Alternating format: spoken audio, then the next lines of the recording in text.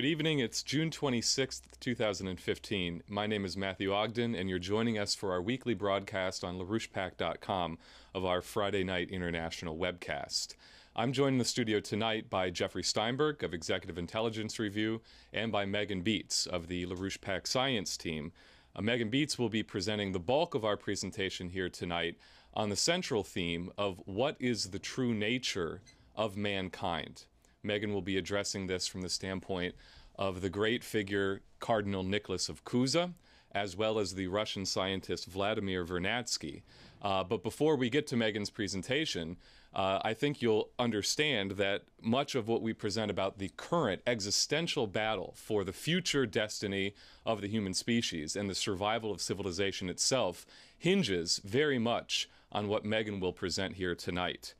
Now, many of you probably had a chance, hopefully, to have listened to the discussion that Mr. LaRouche engaged in last night with a broad cross-section of the American people in the sixth of what is an ongoing series of so-called fireside chats. This is the sixth consecutive week that Mr. LaRouche has engaged in this discussion, and it continues to engage an ever-broadening portion of a very serious core of the American population, which is being brought together around Mr. LaRouche's leadership. Now, very significantly, tomorrow, Saturday, in Manhattan, Mr. LaRouche will engage in a special discussion directly with the people of Manhattan during an event which will be held there. Mr. LaRouche will be joining this discussion over video conference, and it will be an opportunity for the people of Manhattan who have been directly engaged in our so-called Manhattan Project to engage in a direct dialogue with Mr. LaRouche. And if you are in that area, I implore you to immediately contact our office in the New York area to make sure that you can attend this historic event in person. So we are currently in the thick of the showdown over the Greek situation in Europe, and Mr. LaRouche put a premium on this, as you heard in the beginning of the discussion last night on the National Fireside Chat, and it continues to be something which he is putting a central feature on in terms of what is the responsibility that we here in the United States have in that regard.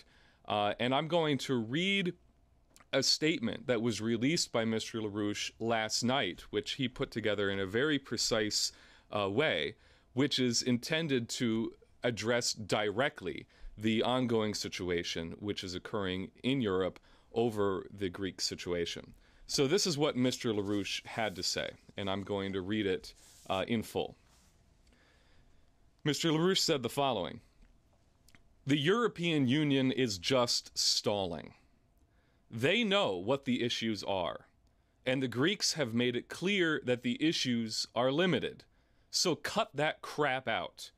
Because otherwise, if you're not going to do that, just call it off and move the Greeks off into a different department, and they'll leave Europe. That's the only way to put it.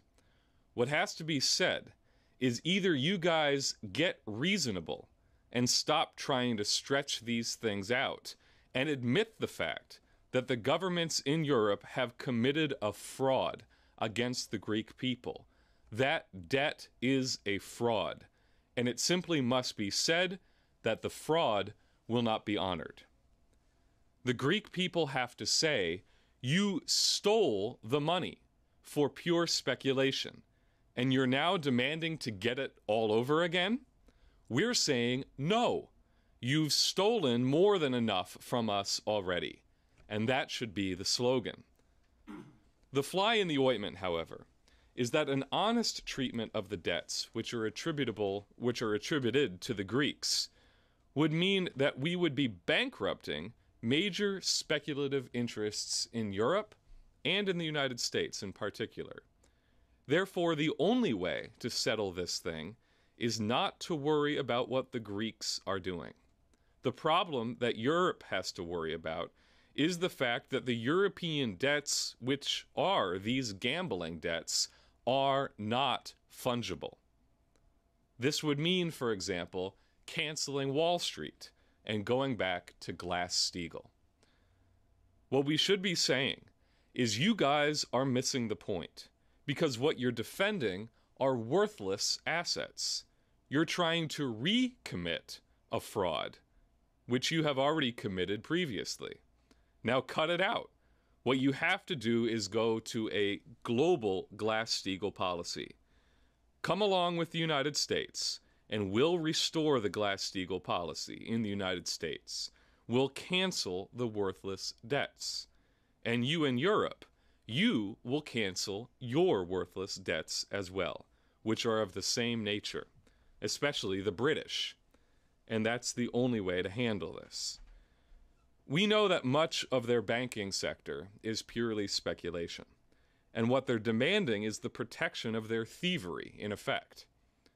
The solution is the reestablishment of the Glass-Steagall policy for the relevant regions of the planet, including the USA, and so forth and so on.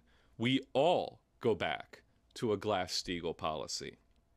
That's the only way to get out of this mess, because if you close down the banks in the US, which are speculative banks, and you do so under U.S. law, you've now changed the character of the money system in the United States, in particular, to eliminate this swindle system.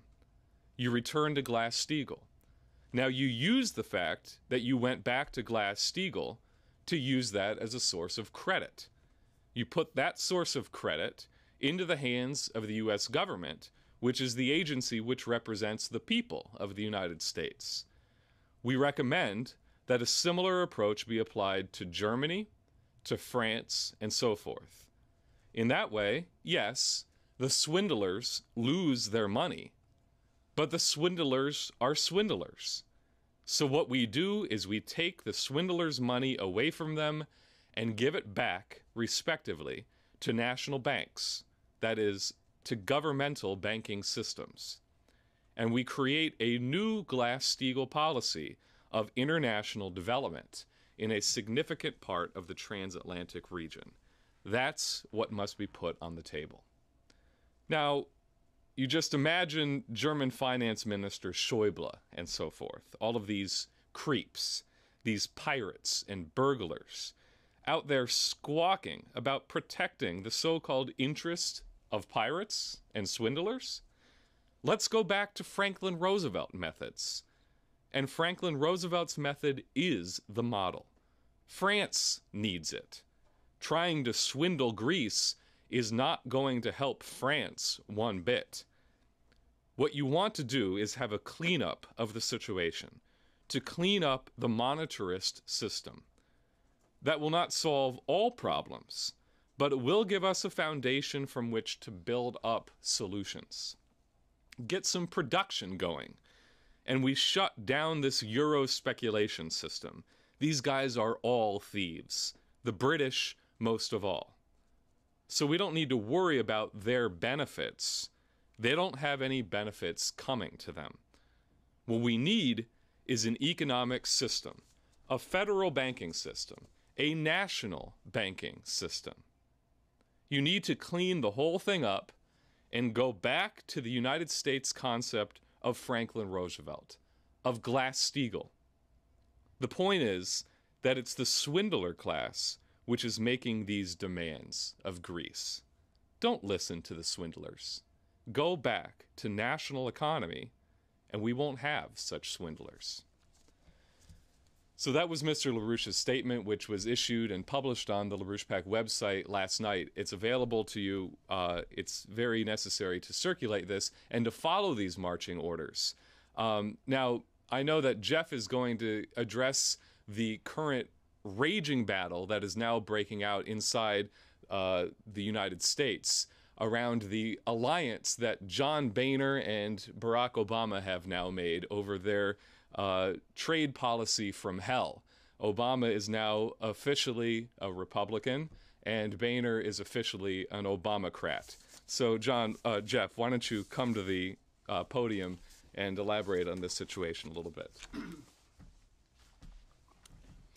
Thanks, Matt. I think in plowing a little bit ahead on what happened in Washington over the past week, it'll become clear why Mr. LaRouche's call for an international Glass-Steagall beginning with the reinstatement here in the United States is so critically relevant right now at this very moment. Look, you had a defeat. We talked about this a week ago when the overwhelming majority of Democrats in the House of Representatives defeated President Obama on the issue of the fast track authority.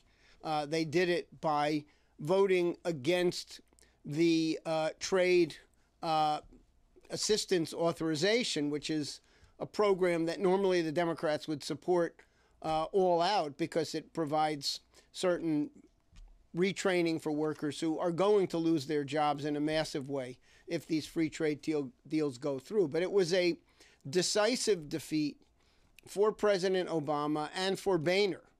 And what they did is they came back and they decided to take literally a second bite of the apple. And so what happened is that President Obama thoroughly abandoned the Democratic Party, simply wrote them off, and cut a rotten deal with Boehner and with Mitch McConnell in the Senate to essentially redo the votes.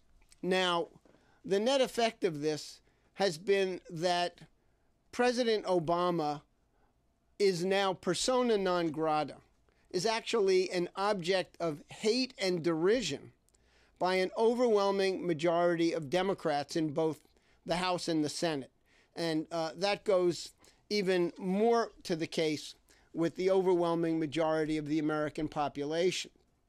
You've got, on the other side, Boehner carrying out a vindictive and illegal purge of those Republicans who stood with the country, stood with the interests of the United States, stood with the Constitution, and opposed Boehner and Obama in their rotten deal. And so you've had reports in a number of Washington Capitol Hill publications that many members of the Republican caucus have been purged from leadership positions, have had committee and subcommittee chairmanships taken away. We know from our own direct presence on Capitol Hill earlier this week, Wednesday and Thursday, that there were meetings going on among blocks of Republicans, blocks of Democrats, figuring out what to do in revolt against what was in fact a completely unconstitutional move by Obama and Boehner. So in effect, by Obama going clearly over to the Wall Street wing of the Republican Party, really whole hog, he's created a major eruption of anti-Obama sentiment inside the Democratic Party.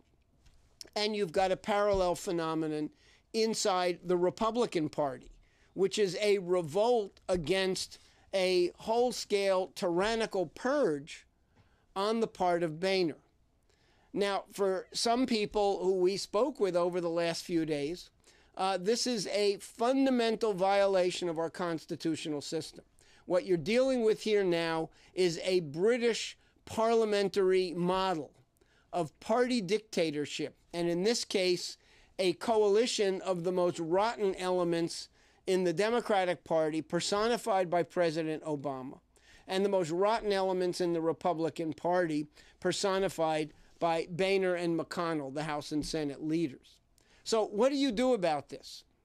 The free trade bill, if it moves forward, now that the president has fast-track authority, is going to be subject to significant scrutiny down the line if it ever even reaches the point of an agreement being reached.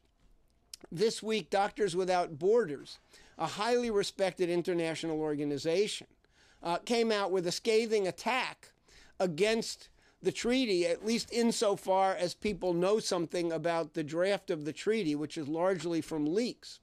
And what they concluded is that some of the provisions around protection of pharmaceutical companies' patents will mean that as many as 500 million people will be deprived of access to vital medicines because they will no longer be able to afford them.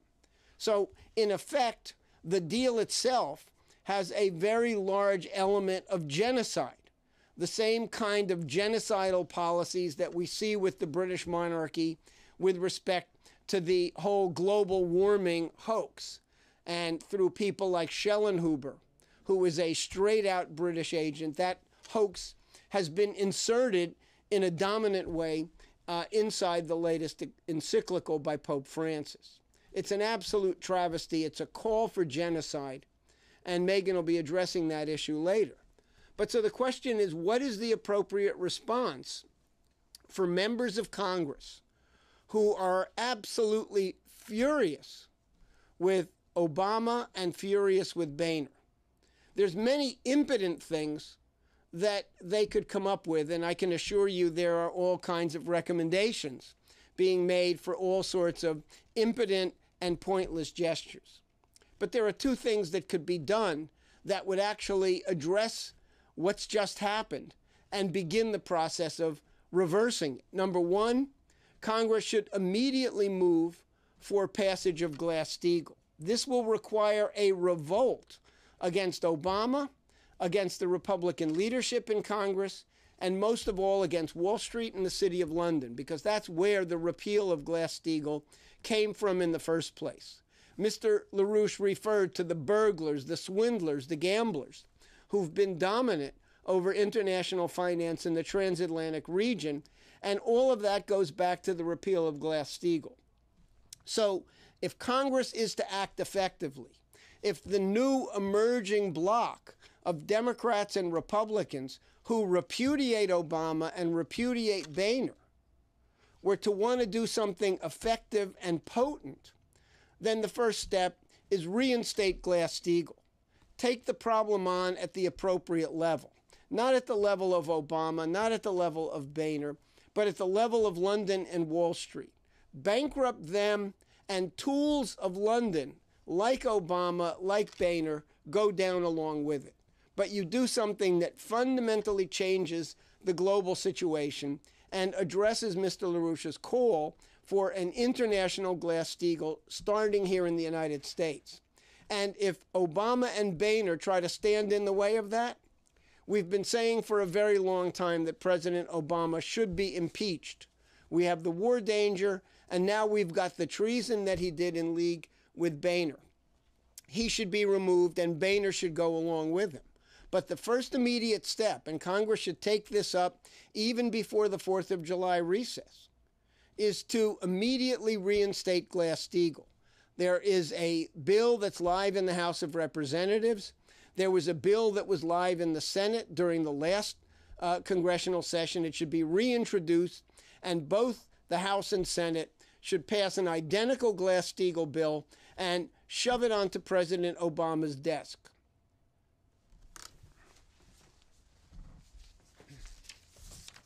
Now, those of you who listened to the discussion last night with Mr. LaRouche, the fireside chat, will know that Mr. LaRouche put a major emphasis on the imminent threat of World War III, which is coming from President Obama's remaining in the office of the President of the United States and the continuation of that policy.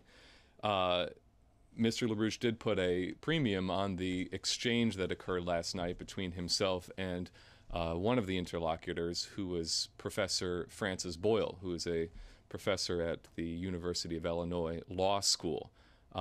So that's available for people to go back and review what Mr. LaRouche's comments were in that regard on that discussion last night. Along those lines, the institutional question for this week is as follows, and this was presented to Mr. LaRouche earlier today when we met with him, and Mr. LaRouche had a somewhat elaborated response to this, which I'm going to invite Jeff to deliver once I read this. So the question reads as follows. Mr. LaRouche, diplomats from the United States, the 4 other permanent members of the UN Security Council, plus Germany, have been in intense discussions with Iranian officials in Vienna as the end-of-the-month deadline for a deal looms. Critics of the negotiations accuse the administration of giving too much to the Iranians and adapting an all is fair in love and war approach to achieving a deal that will not stop Iran from developing a nuclear weapon.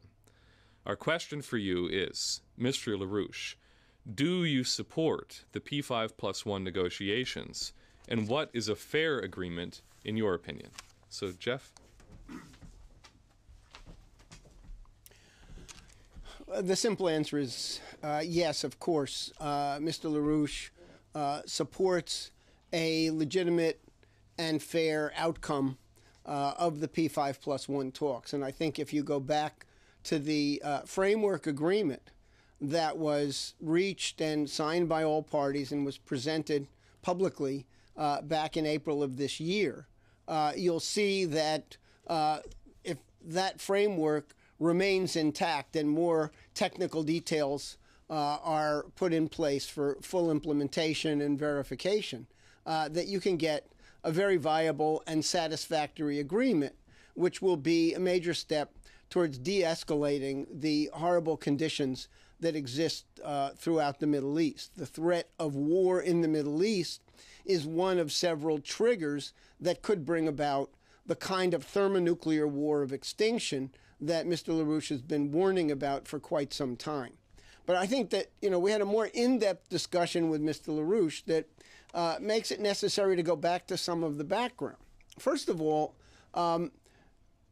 Iran as a country, Iran as a people, Iran as a country with a constitution that is intact and operational, is by and large a obviously somewhat flawed but generally honest factor within the whole politics of the region, and therefore should be treated as such.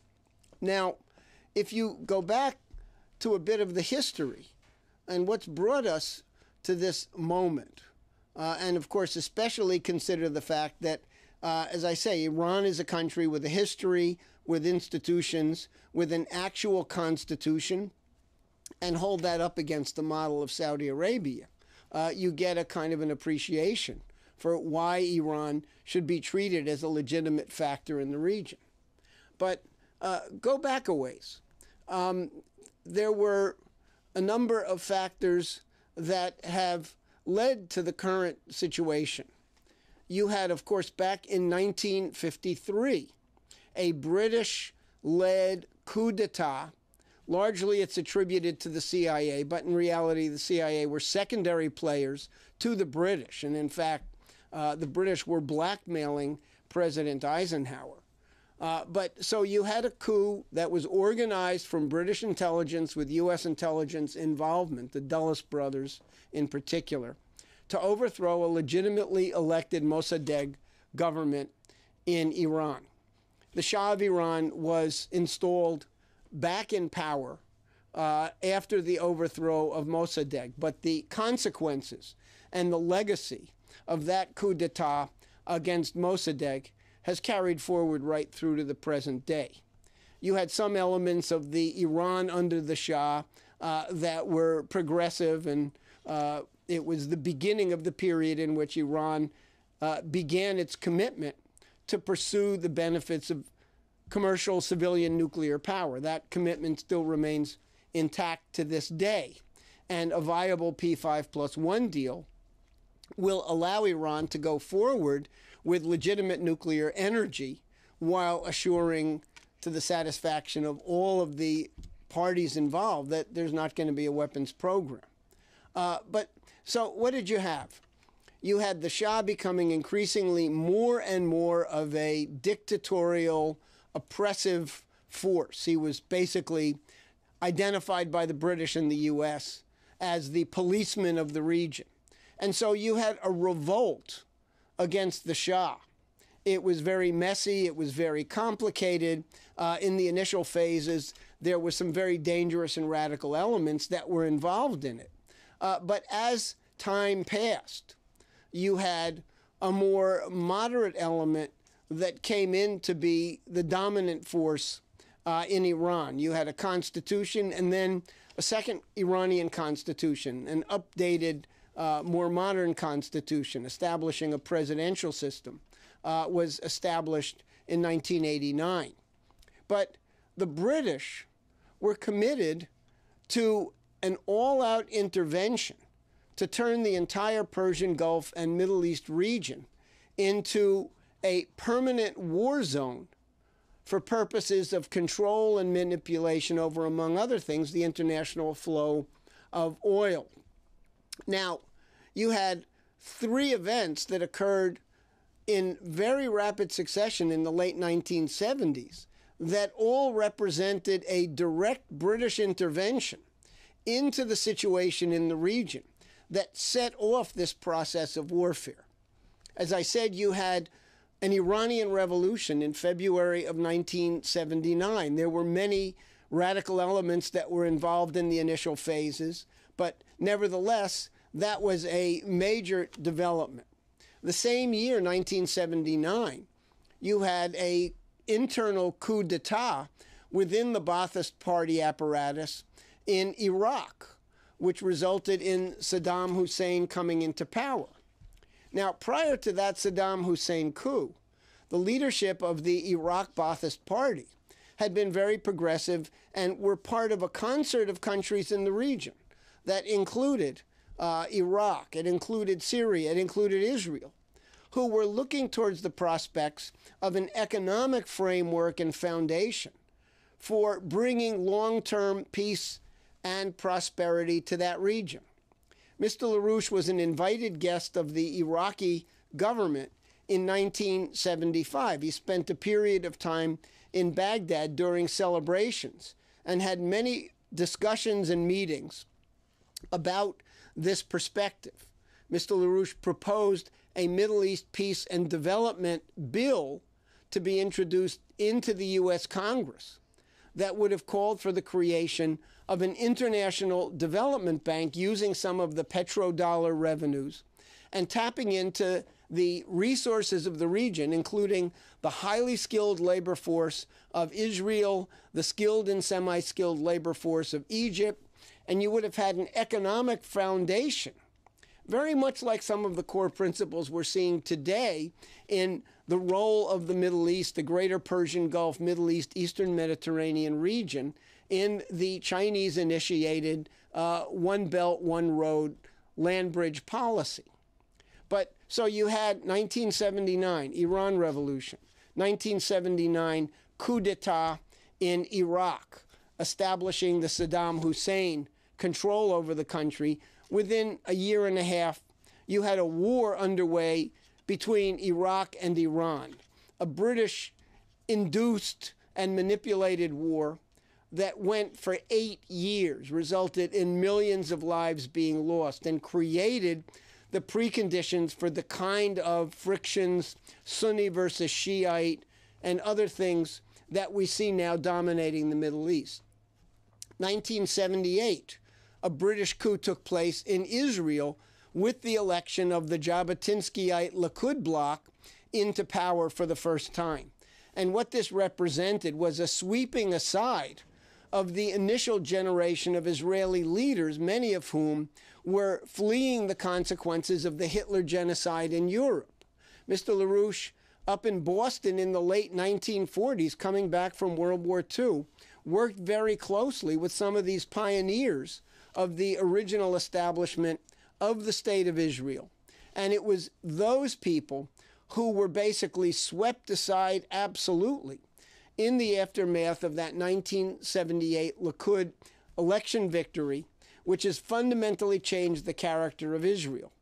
Anytime there's been any effort to reestablish that kind of original core concept of Israel as a nation, as a kind of a healing ground for the horrors of Hitler and the Holocaust, there have been forces inside Israel, always British-controlled forces, who've resorted to the same methods of assassination that the British have used historically ever since the assassination of Alexander Hamilton to disrupt the United States every time there was a viable presidency.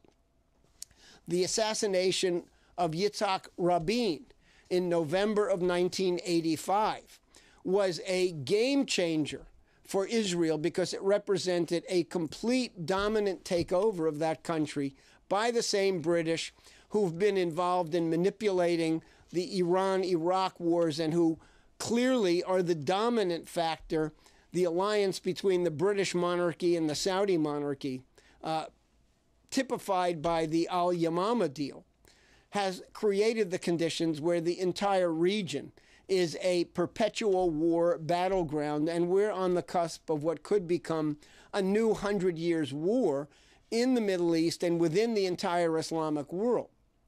So, again, yes, a viable P5+1 deal is absolutely essential to beginning the process of de-escalating and going back to some of the core principles that Mr. LaRouche put on the table back in the mid-1970s, going with a major expansion of peaceful nuclear power in the Middle East region is one critical step.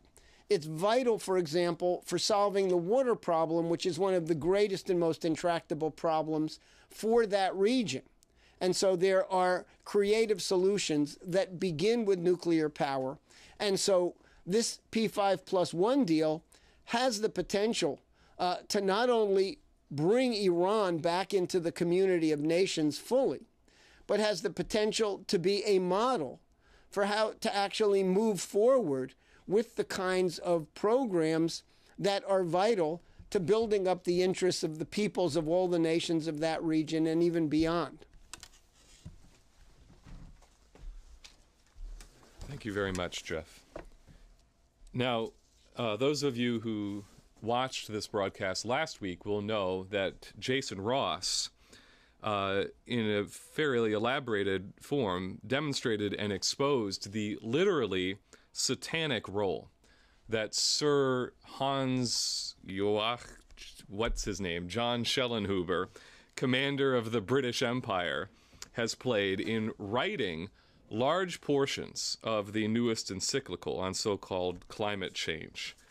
The population reduction policy, which Schellenhuber has championed for years, claiming on the record that the carrying capacity of the planet should be no more than 1 billion people. As Jason documented, this comes directly from Sir Schellenhuber's masters, the Queen of England and her royal consort, Prince Deadly Virus Philip of England. We think that that magnitude of population reduction, which obviously would be a genocide of unfathomable proportions, perhaps earns Schellenhuber the apt nickname of Sir Schellenhuber Alles. However, this principle that is at issue here runs very deep, going to the very root of, as I mentioned at the beginning of this broadcast, what is the nature of man? What is the true identity and role that man, the human species, has been selected to play within creation, within the universe? And this question lies literally at the root of everything. It's a political principle which has been embodied for millennia in the age-old struggle between Prometheus and Zeus. And it's a theological question of what is the nature of man, what is the identity of the human species, and what makes us different from the beasts. So I don't want to say more on this. I'm going to invite Megan Beats to come to the podium and address this in full. Thank you, Matthew. Let me start by citing a couple of passages of this encyclical to give people a sense of the evil that we're up against. So it begins, "Praise be to you, my Lord, through our sister, Mother Earth, who sustains and governs us, and who produces various fruits with colored flowers and herbs. This sister now cries out to us because of the harm that we've inflicted on her by our irresponsible use and abuse of the goods with which God has endowed her. We have come to see ourselves as having dominion over her, entitled to plunder her at will. This is why the earth herself, burdened and laid waste, is among the most abandoned and maltreated of our poor. She groans in travail. Later, we, in other words, we humans, we seem to think that we can substitute an irreplaceable and irretrievable beauty of nature with something which we have created ourselves. And then perhaps even more explicit, and maybe that's why it's buried much later in the encyclical, modernity has been marked by an excessive anthropocentrism, which today, under another guise, continues to stand in the way of shared understanding and of any effort to strengthen social bonds. The time has come to pay renewed attention to reality and the limits that it imposes. This, in turn, is the condition for a more sound and fruitful development of individuals and society.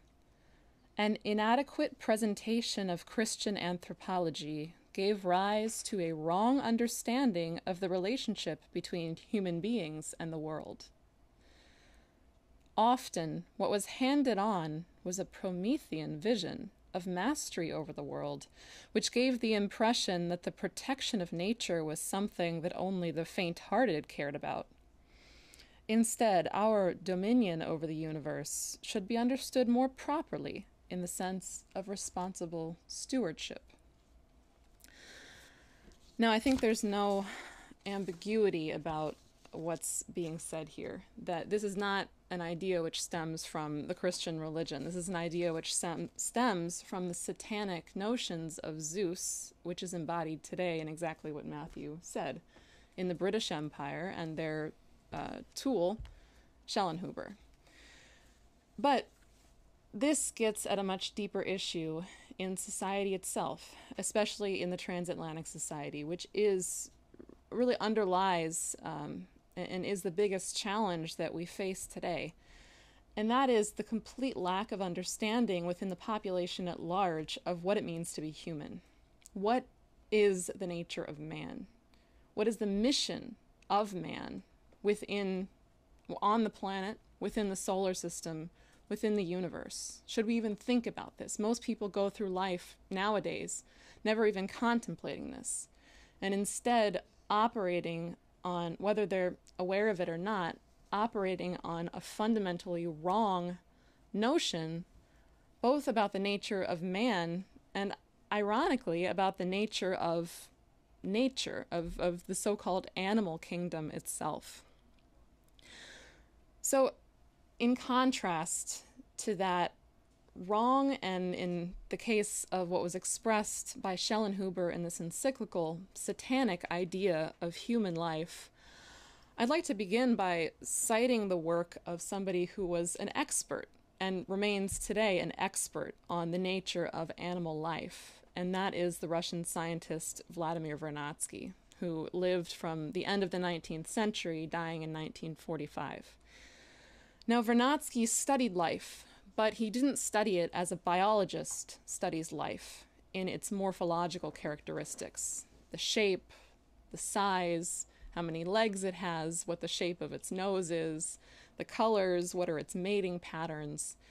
That's not how Vernadsky studied life. He studied life from a much more interesting and much more important viewpoint.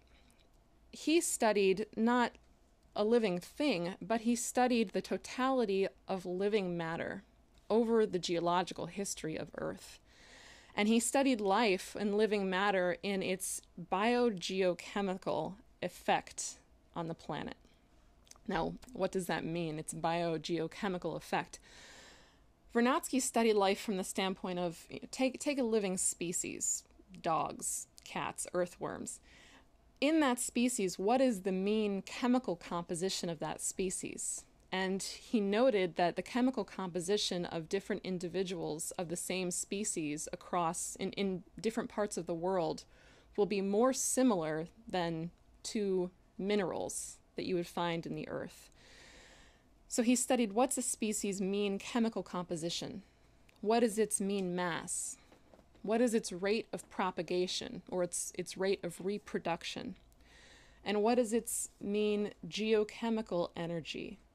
Now, by geochemical energy, we could think of that as the facility with which an organism can displace the elements in the biosphere surrounding it through the processes of its metabolism and its reproduction, through the elements that it takes in and ingests into its body through respiration, through eating, how it transforms those elements in its body into unique chemicals which don't exist in the non-living world aside from the action of life.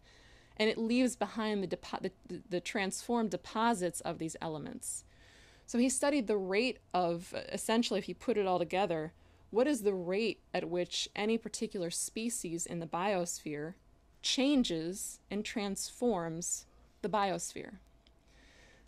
Now, this goes completely against the fantasy which is promoted by people like Prince Philip of the royal family of pristine nature, which is in a delicate balance and harmony, and that only humans seem to interrupt. The idea that nature is this unchanging, delicately balanced system. Well, this is completely untrue. The action of life over the past 3 or more billion years proves quite the contrary. Life has had a powerful transformational effect on the chemistry of the Earth's crust. Now, 2 important things that Vernadsky concluded about that process of transformation due to life. Number 1, over time, the rate at which living matter as a whole performs this transformation, the rate at which life transforms the chemical world around it, over time has increased. So the living system today is having a much more powerful effect and changing nature at a much higher rate than did the systems of living matter a billion years ago. Now, the second related thing that he concluded is about the process of evolution. He concluded that the process of the evolution of species over time is governed by the law that only species which fit into and contribute to increasing the rate of transformation of the Earth's chemistry, only those species survive and can make it in this transforming system of the biosphere. Those organisms which do not contribute to increasing the throughput of material and transformation of the Earth go extinct. So what does this mean? This means that the biosphere is not a collection of indifferent, interesting animals. It's not just a collection of curiosities of, creatures with randomized characteristics. But the biosphere over time has been going in a definite direction. Now, what about man? Well, with the appearance of man and the effect of man on the geochemistry of the planet and on the transformation of the planet, Vernadsky noted that we now have a much more powerful force than anything before that had appeared in the biosphere. Nothing in the biosphere has had the kind of powerful geological effect that man has. But this is not due to anything biological about mankind. So to put it differently, man as a species has moved more material, created more new minerals and types of materials that didn't exist before than any collection of species before at a much faster rate. And this wasn't because of his metabolism and reproduction. This is due to something which man uniquely contributes to the biosphere in any significant way, which is the action of what Vernadsky called the action of technology. The transformational effect on the crust of the Earth through man's technology, through his building of structures, through his creation of new minerals, new materials. You could think of new steel alloys, which never would have existed without the action of man, native iron, native aluminum. These did not exist on the planet before mankind. So Vernadsky concluded that the natural progression of the biosphere led to a species, mankind, which is a unique and mighty geological force. Now, how does man do this? As I said, not through his biology. Man does not have a remarkable animal. We're not remarkable as an animal per se. We do this through the action of mental, creative discovery. Man discovers new principles through his scientific thought. And it's the incorporation of the knowledge of new principles, of fundamental scientific discoveries into the behavior of society. Incorporation of new principles in machine tool design, in economy, in transportation, in our ability to manipulate the nucleus of the atom. This change in the behavior of man as a species by the addition of new transformational physical principles, this shapes nature in a way which would not have happened without this mental, creative action of mankind.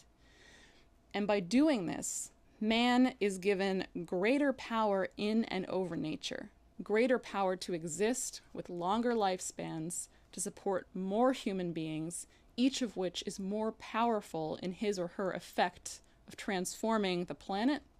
And Vernadsky notes this, not only the planet, the solar system, and eventually the galaxy. Now, in the humans, where does this come from? There's something unique about the way in which this happens in human beings, as opposed to the way that other animal species transform the planet.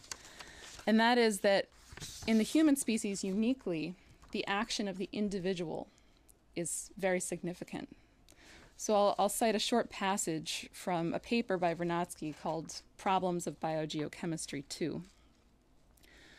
He says, "From the standpoint of the biosphere, the individual living organism is usually lost from view. In first place comes the aggregate of organisms, living matter. In biogeochemistry, however, in some strictly defined cases, at times it is necessary to pay attention to the discrete organism, to its individuality. It is indispensable to do this in those cases where the activity of man appears as a geological factor, as we see happening now. And the individual personality sometimes becomes vividly apparent and is reflected in large-scale phenomena of a planetary character. The human personality changes, accelerates, and causes geological processes of enormous significance through its presence in the biosphere."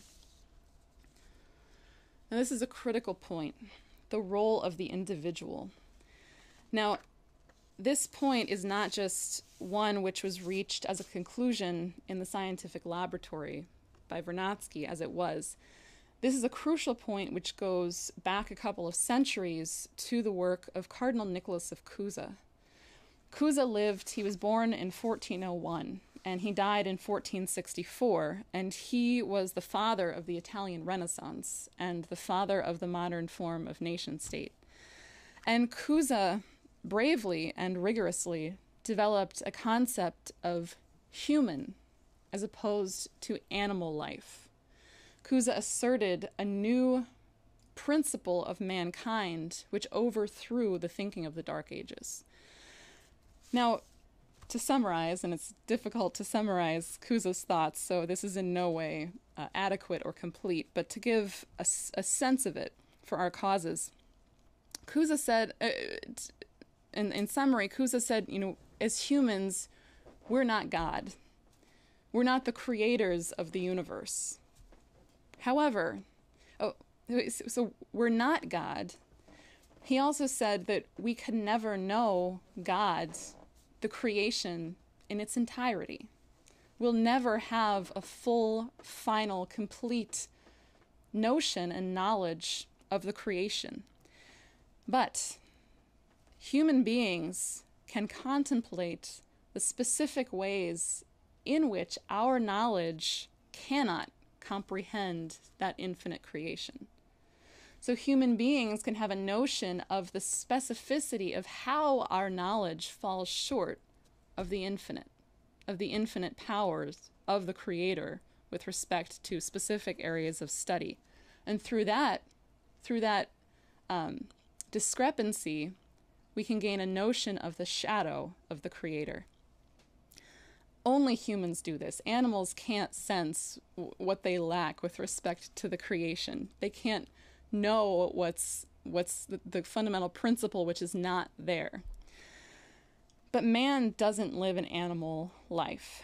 And that was Cusa's great, the idea that he championed against the Aristotelians within society and specifically within the Catholic Church.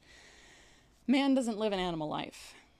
Now, animals and Aristotle live a life according to the senses. Aristotle asserted that all knowledge comes via sense experience, and that critical as part of that doctrine is that there can be no contradictories.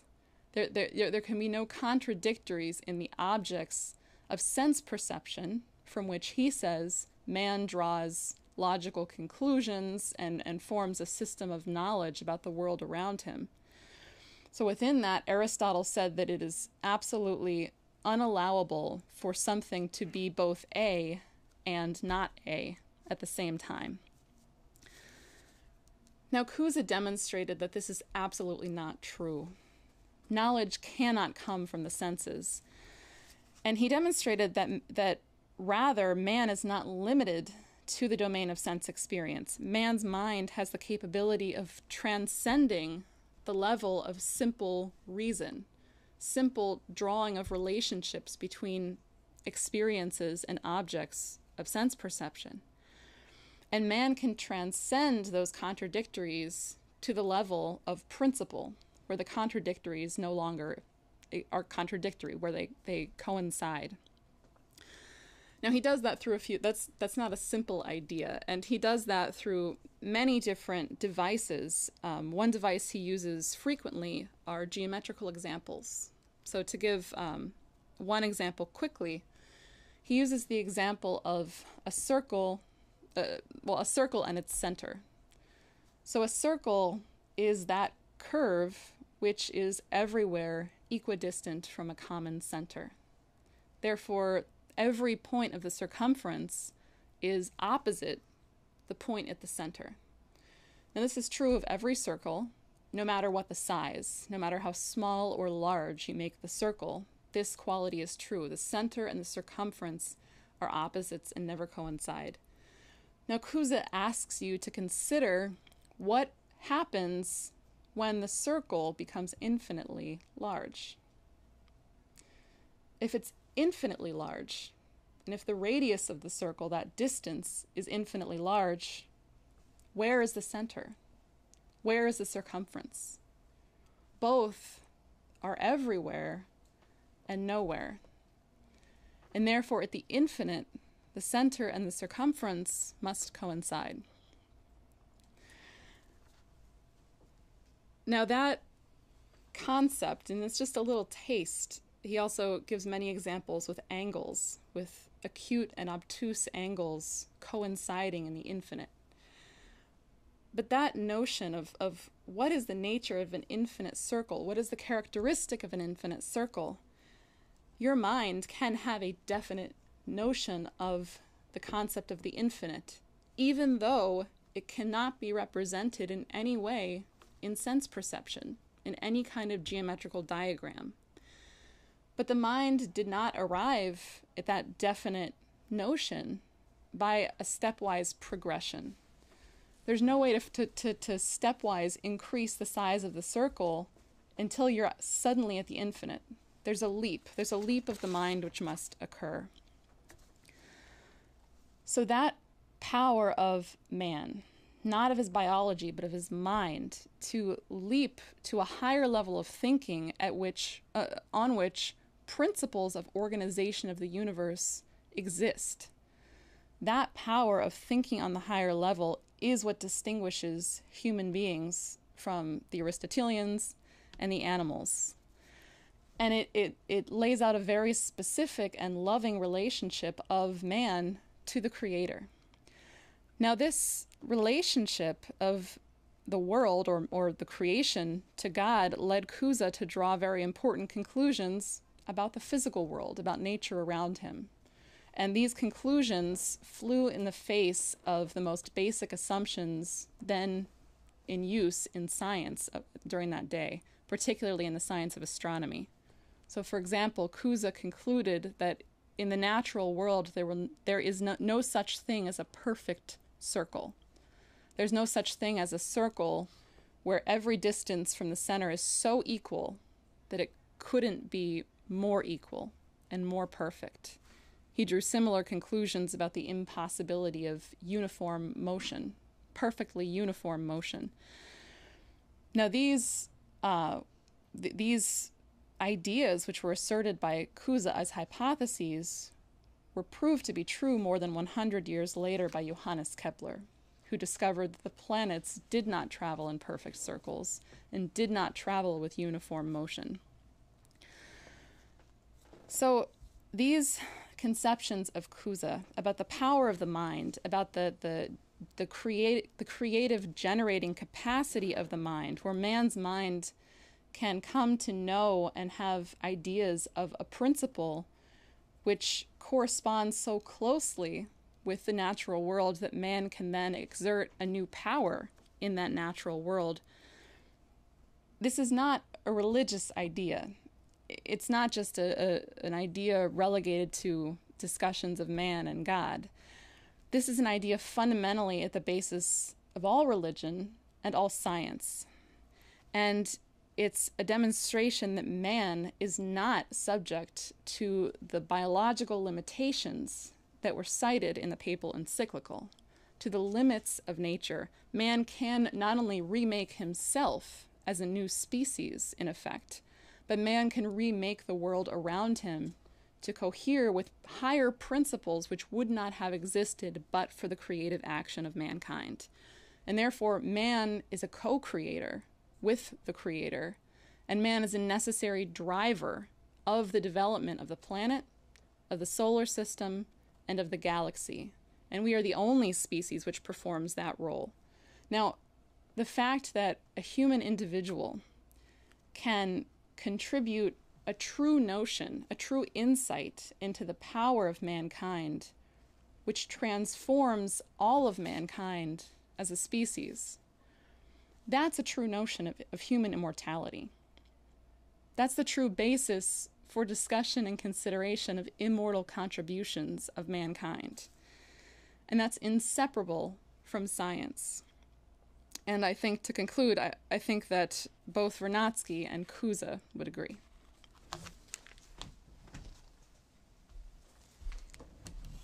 Thank you very much. Now, just in conclusion, I want to remind you, if you haven't had a chance to listen to the discussion which occurred last night with Mr. LaRouche, by all means do so and circulate it as widely as you can. If you are in the New York City area, please make sure that you contact our office up there so that you can be a live participant in this historic dialogue between Mr. LaRouche and the people of Manhattan. And mark your calendars for next Thursday, when we are scheduled to have another fireside chat, July 2nd. And please recruit others to participate in this dialogue as well. So with that, I'm going to bring a conclusion to our webcast here this evening. Thank you very much for joining us. I want to thank both Jeff and Megan Beats, and please stay tuned to LaRouchePAC.com.